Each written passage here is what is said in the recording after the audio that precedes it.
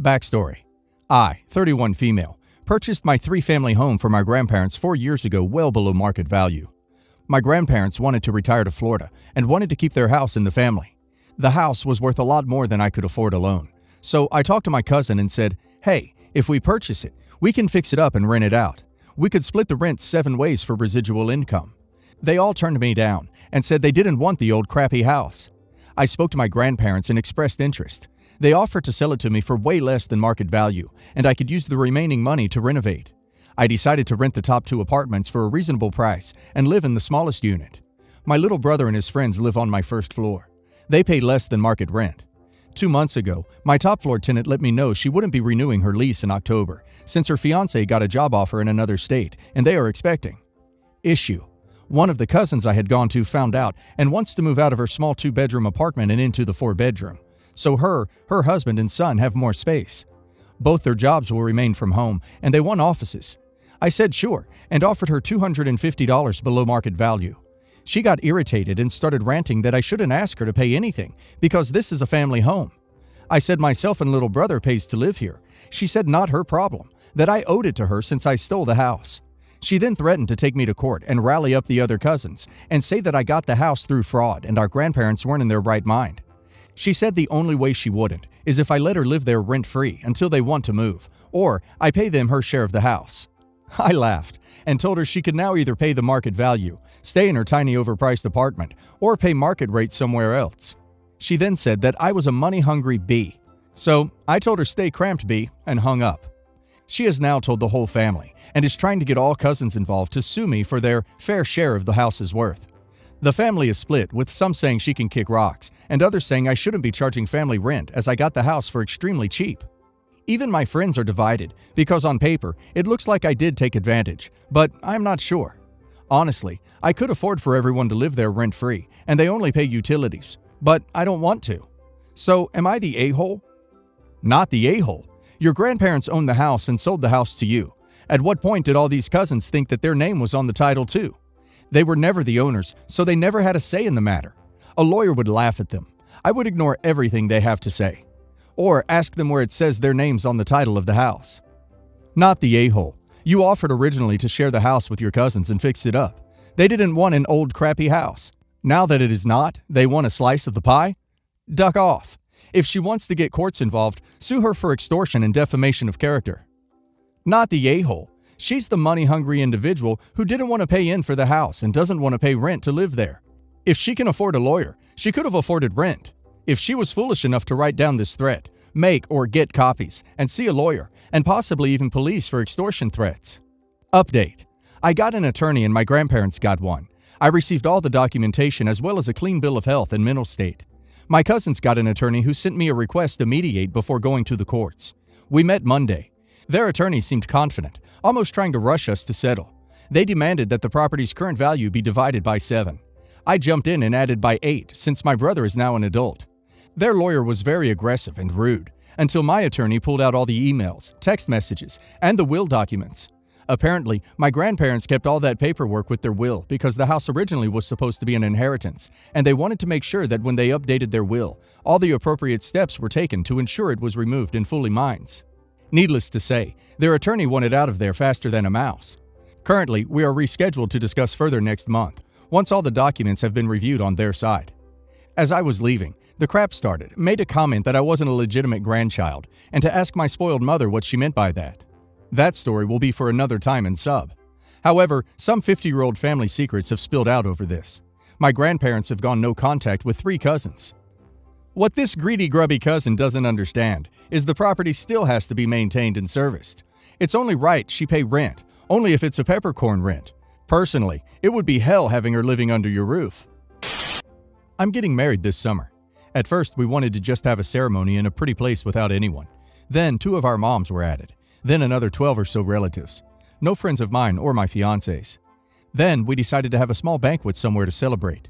I found a beautiful place where you can rent a lakeside pavilion with a staff and food. I really fell in love with that place. But then in a few days, my girlfriend gets a call from her mom who said, "Hey, Steve came by," this cousin-in-law in question, "and he said you should change the venue because the traffic will be bad after we're done and go home." My fiancé loves her family and hates disappointing people. aka a pushover. So she said okay. After she told me what's happening, I said he had no ducking right making claims like these, and we haven't even invited anyone yet. We told and showed pictures to my moms, and apparently my girlfriend's mom told Steve, who was opposed to that place. Well, after we told girlfriend's mom that we're appalled at Steve's behavior, when you're invited, if something doesn't suit you, you just don't come. It started a chain reaction among their relatives. I only have my mom, so no drama. He started pushing a narrative that he is not afraid of a traffic jam himself, but was worried about his father-in-law, who's almost 80. Father-in-law's wife had a flight with my girlfriend's mom, who is her sister. So 6 people out of potentially 12 invited already said they weren't coming to that place I want. All that without any official invitations yet. We're very stressed and surprised. We started planning the easiest, least offensive wedding possible, and some dude is afraid of a possible 1.5 hours drive back home. But that's not all. A few days ago, he called my fiancée asking if she knew someone who could create a website for his company. He knows that's my profession. She gave me the phone, and the first thing he cheerfully said, "Hey, future relative." I got some details and told him I'd think about it. I told my significant other that I'm not going to help him. He didn't bother to call us to explain his point of view on our banquet location, and instead started spreading God knows what behind our backs among older relatives who don't drive and probably don't even know the location. He might as well have told them it was a 10-hour ride to make them all call and preventatively decline the invitation. Again, through my significant other's mom. But when it came to his company and his profits, he called us directly. I told my fiancé he's a jerk, and I'm not going to help him, but she's upset because she wants everyone to be super friendly to each other. Am I the a-hole? You are not the a-hole, but I also really don't understand the tension here. It seems like your fiancé is extremely conflict averse, to the extent that she doesn't even want to clear up a simple disagreement or miscommunication. I feel like the conflict is even bigger now by lack of communication on her part. Solve this rather sooner than later. Don't wait for the invitations to be sent. You and your fiancé need to sit her family down. Cousin's website can wait. Not the a-hole. Guy is a douche. You plan your wedding for you and your wife. Y'all two are the ones getting married, not anyone else. If they come, fine. If they don't, fine. But me? I would make sure no matter what my plans are, douche does not get an invite. And no, don't help him, unless you're going to overcharge him. Not the a-hole, but your wife needs to grow a spine. Not gonna lie, you blindsided yourself, because you knew in advance the hill you were joining is the hill your wife sets herself on fire for others. Instead of taking things super personally, you need to properly communicate with your future wife. Clearly you don't, and never learn to do so because she makes promises to her family behind your back, and then you get a surprised reaction as if you didn't know she'd do it.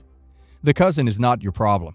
You and your future wife's relationship is just unstable when it comes to how you let her put you two in a bad situation, only for you to act oblivious and go, "What? How did this happen?" My sister died when her 2 children were very young. Her husband raised the children as a single dad until he died 3 years ago. My niece, let's call her Brenda, is 34. My nephew, let's call him Brian, is 30. I, 49 female, have always been close with Brenda. I sort of took her under my wing after my sister died. She comes to me for guidance. I have children of my own, but I consider Brenda my bonus daughter. She was very close with her father, and she was utterly devastated when he died suddenly. Brian has always been in his own world. He didn't have much of a relationship with his father, and he has always been distant with me and my children. He moved 13 hours away when he was 21, and he got married there. He barely visits. Brian hates Brenda. He estranged himself from her right after their father died. He claims that Brenda picks on him and his wife. He also claims that Brenda stole his inheritance. Brenda can be spirited and emotional sometimes, and she says things she doesn't mean, but she's a good person with a big heart. She goes to church with me, and Brian and his wife haven't stepped foot into a church in a long time. Brenda helps out with my mother, and Brian visits my mother, his own grandmother, only every 1 or 2 years. We have no idea what Brian is doing with his life. I stayed out of the inheritance situation because it's none of my business. Brenda was very devastated when her brother disowned her. She has no family left except me, my children, and my mother. I spent a lot of time supporting her through it. Recently, my mother had a 75th birthday party, and Brian came. Of course, his wife couldn't be bothered to come. Brenda was out of town, so she wasn't there. Brian and I sat at the same table with my children and their own significant others. I updated Brian on how Brenda was doing, and he blew up at me. He told me that he didn't care about his sister and what was going on with her. He demanded that I stop talking about her. I told him that I wished he would make amends with her, and he scoffed and said it would never happen. I suggested that he move back home and maybe they'll get past all this because it's what his parents would have wanted. He said nothing and stormed off. I was humiliated because he spoke to me in a disrespectful way in front of my children, and he was talking so loudly that other tables could hear him. My son and his girlfriend admitted that they don't like Brenda either. That was news to me, and I should respect Brian's wishes. I tried to explain my feelings, but they told me to post here. Am I the a-hole? Yes, the a-hole. From what you wrote, you have no idea about Brian's side at all. You're wrong to presume you can lecture him on that relationship since you only know one side of it. And you were even more wrong to choose to discuss the situation with him at an event for your mother, while you were sitting with a bunch of family members instead of asking to speak with him privately, and not at a family event. The fact that you felt humiliated is entirely your own fault. How do you think Brian felt having what is obviously a very sensitive issue brought up while he's at an event with a bunch of family members that he rarely sees? Right? Poor guy moved 13 hours away, doesn't even want to hear if his sister is alive. Yet somehow, OP thinks it's constructive advice to ask him to move back and make amends with his sister because dead people would have liked that. Sit down, OP. Yes, the a-hole. Yes, the a-hole. Big time. First, what does going to church have to do with anything? Second, you admit Brenda says things that are mean. You have taken her side without considering all the facts, and now your own children tell you they don't like her. You need to step back and get a better perspective. Right? And the wording, Brian's wife couldn't be bothered to make it, versus Brenda was out of town. Sounds like Brenda also couldn't be bothered to make it. But, you know, she goes to church so she can be a crappy person and it's okay. Don't forget about how OP stayed out of the inheritance situation because it was none of their business. Interesting that staying out of Brenda's business when she's in the wrong is fine, but sticking their nose into Brian's business is totally fine. The important thing to know about our family is that it has a decent chunk of elderly people and a lot of families. My sister and I are in a group of about 5 within our range. Most of our relatives are about 10 to 15 years older or younger. In other words, everybody else is already an established, read non-partying adult, or they are still kids who are too young to drink alcohol. My sister is a party girl, and it was clear from the start of planning that she was more concerned with making her friends comfortable than our family, which caused issues. She chose a venue 4 hours away from home, but which is closer to them, and which allows alcohol to be served without the expensive insurance the venues at home are required to mandate. So now, people are going to have to spend at least one night in a hotel, on top of everything else. That really isn't likely, and that's before you get into the fact that my sister decided to make the wedding no kids, and that the invitation read, cocktail reception to follow.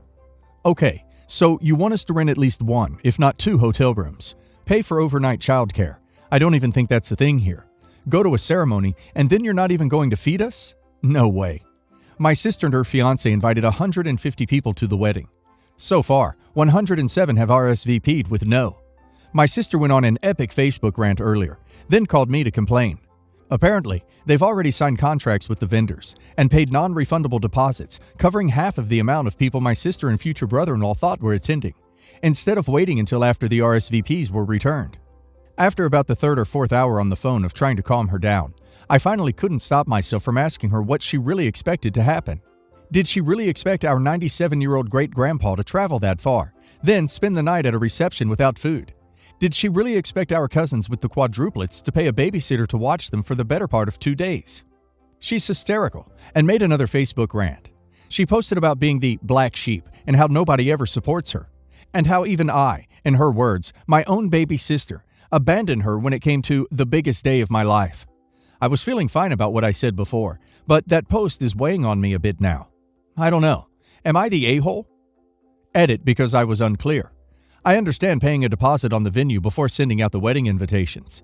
The issue is that they apparently already paid a non-refundable deposit to the caterer and bartender, etc., for half of who they thought were attending. Not the a-hole.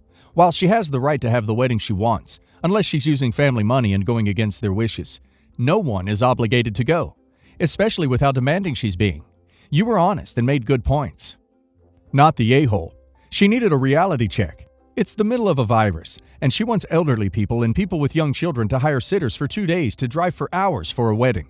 Lack of food and hotel aside, no one wants to travel that long for a one-time party in the best of times. Everyone sucks here.